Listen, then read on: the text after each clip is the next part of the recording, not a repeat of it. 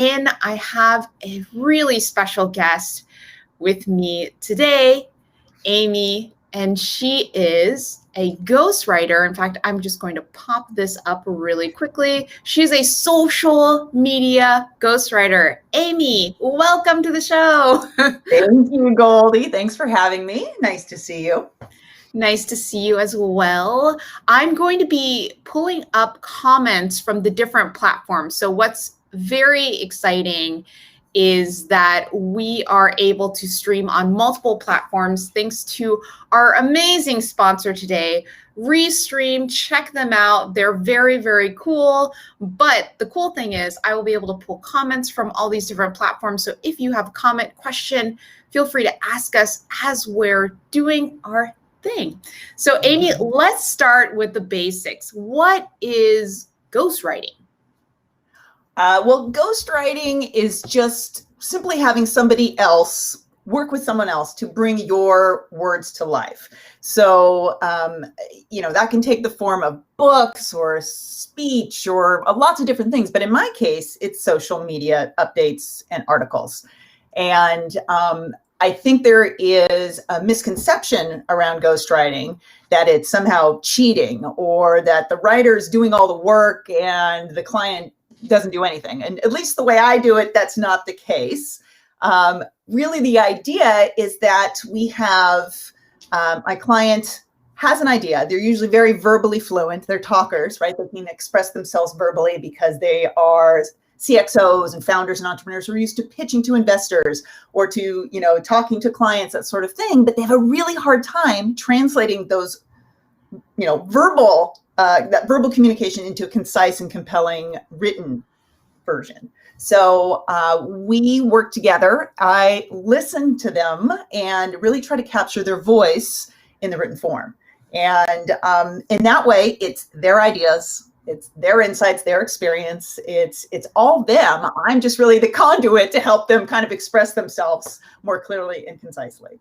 So what I'm hearing is the best kind of ghostwriter is someone who works really closely to define that brand, because I have to talk about brands because we're on our show, build your brand. And so ghostwriting helps build the brand. If you work with a great ghostwriter who knows what you're trying to say. So a ghostwriter won't just go and write a bunch of content for you without ever referencing you. Hopefully, they'll have a great consultation with you first. They'll talk with you about where you want your brand to go. And then the content that they help you create, that pushes your brand further. So sadly, as Amy said, there is work still involved if you hire a ghostwriter, right? That's right. I mean, it's really about magnifying your reach and impact. And the idea, often what I'm doing is really providing more clarity to the chaos that's in these leaders' worlds, because everybody has a lot going on, right? Everybody's busy and things going on.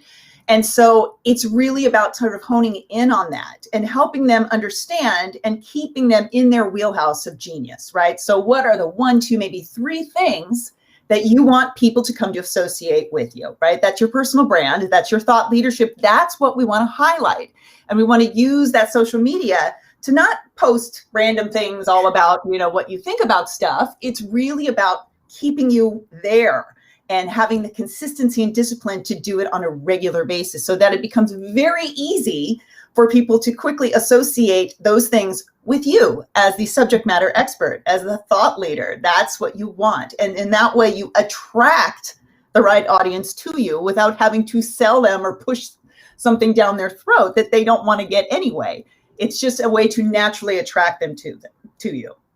And I think that's so great. I am such a fan, as you know, Amy, of organic content and building your brand using organic content. And I think we all, especially as we're growing our brands, every single person out there who has a larger brand probably has hired help, who is helping them from anything from, of course, since I do videos, helping with editing, or if you need help writing, then hiring an amazing ghostwriter like Amy to help you build your brand. Now, Amy, I want to talk about something new that you're working on, and that is your newsletter. So I want to know more about why you chose to build your newsletter on Substack and just why newsletters in general. You know, it's funny because as a writer, you think this would be natural, right? A newsletter, like, well, you're writing anyway, Amy. And it's funny because I've had so many people say, oh, do you have a newsletter?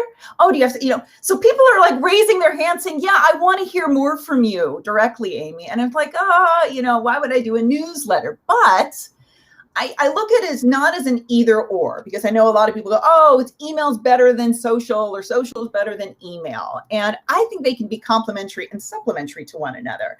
So the great thing about having a newsletter is that you're able to go deeper, right? So if you have somebody who is following you, whether it's me, somebody else that you really love their content and what they have to say, if they have a newsletter, that's a chance for you to get something delivered directly to your inbox. You've said, I really like what Goldie has to say or what Amy has to say, and I'd love to learn more. It gives them a chance to have it, the ease of having it directly in their inbox instead of scrolling through social and hoping they catch it. And you know how this works. So even if you follow or you're connected, first-degree connections with someone, it doesn't guarantee that you're always going to be served up the latest and greatest from them. Sometimes you have to search it. I've done that, right? So it really just depends. But the benefit of also having a newsletter and subscribing to that from a content creator that you enjoy and follow is that you'll be guaranteed to get everything. So from that perspective, it's a nice way to, have that immediate connection to ensure that. And then from my perspective, on the other side of things, I'm not limited, right? So though, obviously putting out content across different social media platforms and Forbes as well, there's a certain format for Forbes. It's, a certain audience, which is fantastic. But having a newsletter lets me do a little more, gives me a little more creative freedom. So you'll still get the content, and love, but it might be served up in a more creative way. Or I have an opportunity to share more behind the scenes, some of those things that you wouldn't normally get from just my straight social posting. So that was sort of the impetus, and people saying, Amy, why aren't you doing this? Or do you have one? And it's like, duh, people, this is the thing, people, if you should listen to your audience, right? If people are telling you they want this, that's a no-brainer. Create it. So, yeah. Well, so I think that newsletters are so versatile. And I really do think, I saw earlier somebody was posting about how newsletters are truly having their moment right now. Suddenly an older idea, newsletters, has become cool again. And I think Substack truly is the coolest of the cool, if we want to define it that way. They are helping move newsletters forward. And I also think you're absolutely right, Amy, that if you are a writer, I feel like I know so many writers who have newsletters. It just makes sense that you have a place where people can subscribe to, either free or paid, and find your content regularly in their email inbox. So that way they can keep up with everything that you're doing. And I know folks who have really short newsletters and folks who have super, super long, very involved newsletters. So it really depends on what your goals are, but it is a great way to own your content and own your presence, which is something that Amy and I actually have talked about quite a bit, as Amy and I are friends. And so we talk about business stuff all the time on the side. All the time, but it's really fascinating because both Amy and I have presences on LinkedIn and also on Forbes, but it is really nice to be able to own some of those subscribers, some of those viewers, some of those readers, etc., onto something like Substack, which now, Amy, you can of course customize and create the right tone of voice and the right kind of copy that you want to be known for your brand, right? Right. That's right. And Substack's nice. You mentioned this earlier, in that they have both paid and unpaid versions, free versions. So mine, by the way, is a free newsletter. So if anyone's listening and they're interested, they can, do that. There's no obligation, that sort of thing. But what's nice, it gives writers the flexibility to have an either or. So if you wanted to launch a paid thing and it's very niche, say, and it's about, a topic that you know a great deal about, you can do that. Or you can do free, or you can do a combination. I know a lot of people are doing a combination where they might have sort of free things that you get a taste of that writer and the content. And if you do want to go much deeper, if you do want more, greater, that sort of thing, you can subscribe and pay a nominal monthly or annual fee so you can get more of what you like. So it's a great way to test things out too. I will tell you, I am a convert. I do think there's something to newsletters. I think because all of us have been home for so long too, I think that's part of it, is that it's like, okay, something's delivered directly to me. That's the easy part of it. So I think there may be a resurgence because of that as well. And I've subscribed to a bunch of newsletters because I'm interested. I'm interested because I'm just a curious person and I want to see how other people are doing it. Frankly, that's how you learn and that's how you grow, right? It's sort of like, oh, and then you adapt and make something your own. And then even though I write about, we both have our wheelhouses of what we cover, I have a lot of varied interests, and this is a way to kind of pull those things in, learn about it, and then maybe it's something that I use for my own content. I have my own angle and I riff off of that. So it's always a inspiration too, and it's a great way to do that. Yeah, and I think what you were saying before, so for those of you out there in social media land who are not journalists and don't write for a publication, when you write for a publication, you're given what's called a swim lane. So Amy has her swim lane at Forbes. I have a swim lane at Forbes. And when you have a swim lane, you can write about kind of narrowly focused subjects.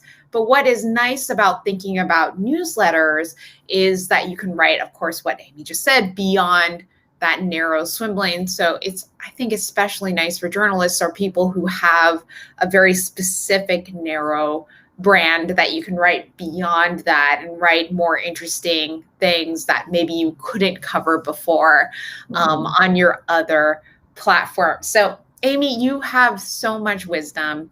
And Are you calling me old? Well, your lighting looks amazing, as I said. Anyways, I wanted to make sure that we talk about personal branding because that's something that both you and I do to a certain degree. And you do it in terms of creating the right content to move a personal brand forward. So I want to know a couple of tips, hints about thinking about content that really serves a personal brand the best. Yeah. And so my power trifecta for this is clarity, consistency, and discipline. So the first is it starts with clarity. You need to be really clear about who you are, who you serve, your value, that sort of thing, and own that and stick with that and feel very comfortable and live in that. That is the essence of your personal brand, right? So if you have clarity about that, everything else can fall into line because you want everything else to point to and support that. And anything that does not, you should allow it to fall away. So that means on your profiles, on your content, anything else that has to do with you, you don't want to make it hard for someone to understand you. You don't want to confuse people. You want to make it easy, because if you confuse them, you're going to lose them, right? They're going to lose interest. They're going to run away. They're going to be like, I don't know what she's about. So even if they'd like to know, if you're making it harder for them, there's the attention span right now is like so minimal. People are just gonna keep scrolling, right? So you want to make it easy for them. So the consistency or the clarity is really key. Consistency in terms of content means you show up regularly and you share that wisdom, right? In your wheelhouse, that you do that. So you do it again and again and again, right? You don't one day say, well, I'm going to talk about blockchain, and then the next day you're talking about leadership, and the next day you're talking about food, or it's like it's all over the place. You can do that, but it's not going to serve you very well, right? You need to be strategic and align yourself with, these are the messages, these are the topics, these are the things that I want people to instantaneously go, that's what she's about, that's what he does best. And I want to definitely interrupt you right here and say, so it's kind of ironic because we were just talking about how newsletters are a great way to expand beyond what you're known for, but you have to start with being known for something first. And that's one of the things that Amy and I talk about a lot, is what is your focus? What is that one or two, preferably no more than two things that you're really known for. So when people go and access your content or they see your social profiles, they know that they will get that. They will get, I think about all of my nerdy friends, they'll get Dungeons and Dragons content. And I think about my non-nerdy friends, they'll get CMO level marketing advice, right? So whatever that thing, or once again, two things are, you want to keep them incredibly clear and consistent. Very, very focused. And I think the other thing about that is people are really afraid to niche down and be specific, but it will only help you. It doesn't mean that you can't or won't do other things, but you need to have sort of hanging your hat on that one or those things that people can instantaneously go, okay, that's it. And then that draws them in, right? Then they understand. And if they ask you, oh, do you also, or can you do this too? And then you can decide, yes, I do that too, or I can do that. But when you have too many offerings, well, I'm a writer and I coach and I do this and I do this and, and I do real estate. I mean, when you have like 5 different things, people are going to go, oh, okay, well, that person's not an expert in anything, right? Which may not be the case, but again, like pick and choose one, maybe 2 things. So then people go, oh, okay. And I know it can be hard when you have a lot of interest, but you need to be thinking about it's about you, but it's really about your audience. Who are you trying to attract? And you need to know that and what works for them. And if you approach it that way, that your content needs to serve them, that you need to position yourself in such a way that they see, oh, that's how you can help me, then that will help you so much. Yes, so much. If you can focus down, if you can clarify exactly what you want to be known for. I also think we are in a busy brain world right now, as I'll call it. I think there's so much noise going on that it's so hard to understand and to see through, and people just don't have patience really right now to sit and try to figure out who you are. So it's easier if you tell people. I mean, the essence of a personal brand is telling people who you are. And this circles back once again to ghostwriting, which is, if you hire a great ghostwriter, they can help you create content that repeatedly tells other people, your target demographic, who you are over time. And that's another thing I want to say is, of course, as with anything, videos, ghostwriting, etc., everything takes time. Yes. It's a long game. It's a long game. There's no overnight, well, I'm an instant brand. Yeah. I mean, people want shortcuts. They want the hacks for the algorithms. They want, how do I do this and increase my following and do it? In terms of your personal brand and thought leadership, it is a long game. You're putting in the work, right? It's not just an overnight sort of, I check the box and I'm done, that sort of thing. It's fluid and it can change over time, and you need to do constantly. That's the discipline of keep showing up and keep doing that. Busy brain. Yeah, exactly. And that busy brain, that's the thing too. If you make people work to figure out who you are, you've got a problem, right? You got to do the work. You got to do the work. And I think that's the thing. It's so much easier if you make it easier on people to know who you are, and if you feel overwhelmed, as who doesn't feel overwhelmed in this day and age, if you hire the right help to push that brand along, if that's what you're interested in, building your personal brand. I do believe there is a ton that you can do on your own, but like a lot of things in life, sometimes it's helpful to get an outside opinion that can steer you in the right direction, and maybe also has a really good outside view of you. That's not somebody you're related to. That's not somebody you're married to. That's not somebody that, you work with closely every single day. And so maybe has to say a certain thing about you. So it's helpful to have an outside perspective sometimes, just so you can clarify what your brand is overall. But I think ghostwriting is great. I don't think it's a cheat or a hack at all. I do think sometimes it maybe feels that way to people, especially if they don't do any of the initial work, then it does feel like a cheat or a hack. But if you are involved in that process of defining your brand with your ghostwriter, with the folks creating your content, then of course you are doing the work too. Yes. So, I mean, I think the best ghostwriters or partners, it's really about being a thinking partner. So it's having the strategy too. It's not just simply I'm a robot. It's just like Amy, pump out some content.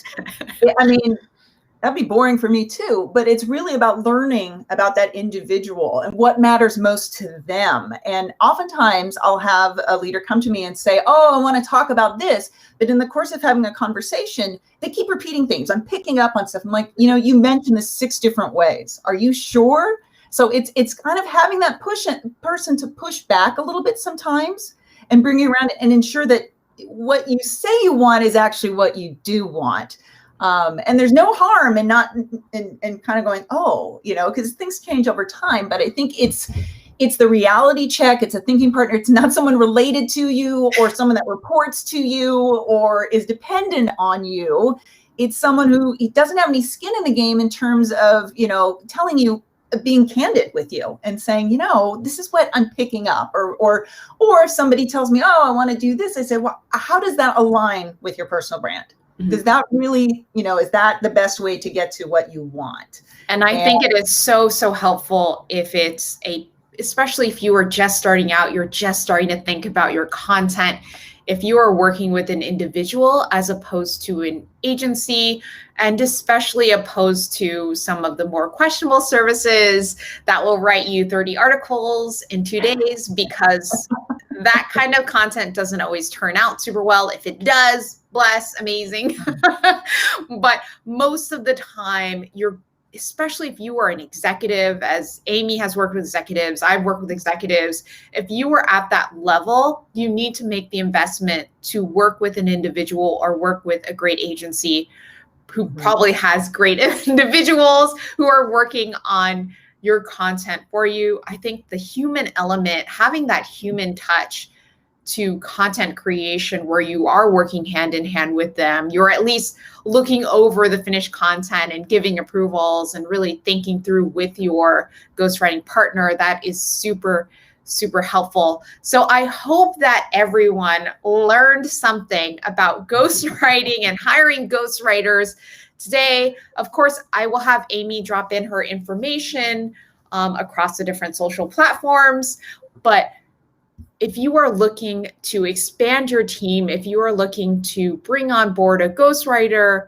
please think really carefully about the individuals that you do. Of course, hire Amy. She's amazing and my friend. You're very kind. Yeah, but I think more than anything, whether it's a ghostwriter or an agency or any other creative professional, it's really, the way I look at it, is a long-term relationship. For me, it's not a one and done. When I work with somebody on ghostwriting, it's long term. Like we're playing the long game. This isn't write me an article this month and get it. No, you want to make sure that you like this person, right? Because they're going to be putting themselves, putting your stuff out there. So you want to make sure that do you like and trust them, because that's what they're trying to do for you, right? And the whole idea of content creation in whatever form it takes, whether you're working with a ghostwriter or an agency or somebody in a strategic manner creatively, that's the end goal. Because that's the greatest thing about content, is that it does have that ability to draw others to you. So they feel like they know you, they feel like they can trust you, they like you, and they want to work with you, come work for you, partner with you, invest in you, that sort of thing. So once again, I have to thank Amy for joining us today on Build Your Brand. What a cool and interesting topic that we actually haven't discussed yet here on the show. Thank you, Amy. Where can people find you across social media? So I'm on all the channels, right? But LinkedIn, you can find me there. You can find me on Instagram. You can find me on Twitter. I'm now on Clubhouse. You can go to my website, which is amyblaschka.com. You can find me on Forbes too. And if you're interested in that newsletter, it's amyblaschka.substack.com. But that is also all over my social stuff and on my site. So you can find me lots of different ways. So please follow Amy. She gives, well, really great life advice, but also really great ghostwriting and brand building advice. Follow her on socials. Once again, I have to thank my sponsor. Thank you, Restream. If you guys are ever looking to do live streams across multiple platforms, as you know, I, like Amy, live everywhere. And so it is very fun to be able to do my first cross-platform live stream with my dear friend Amy as my guinea pig guest for this show. And she is amazing for being here. Thank you, everyone, for tuning in. I hope to see you again in 2 weeks when we bring back Build Your Brand. Bye, everyone. Thanks, Goldie. Bye, everyone.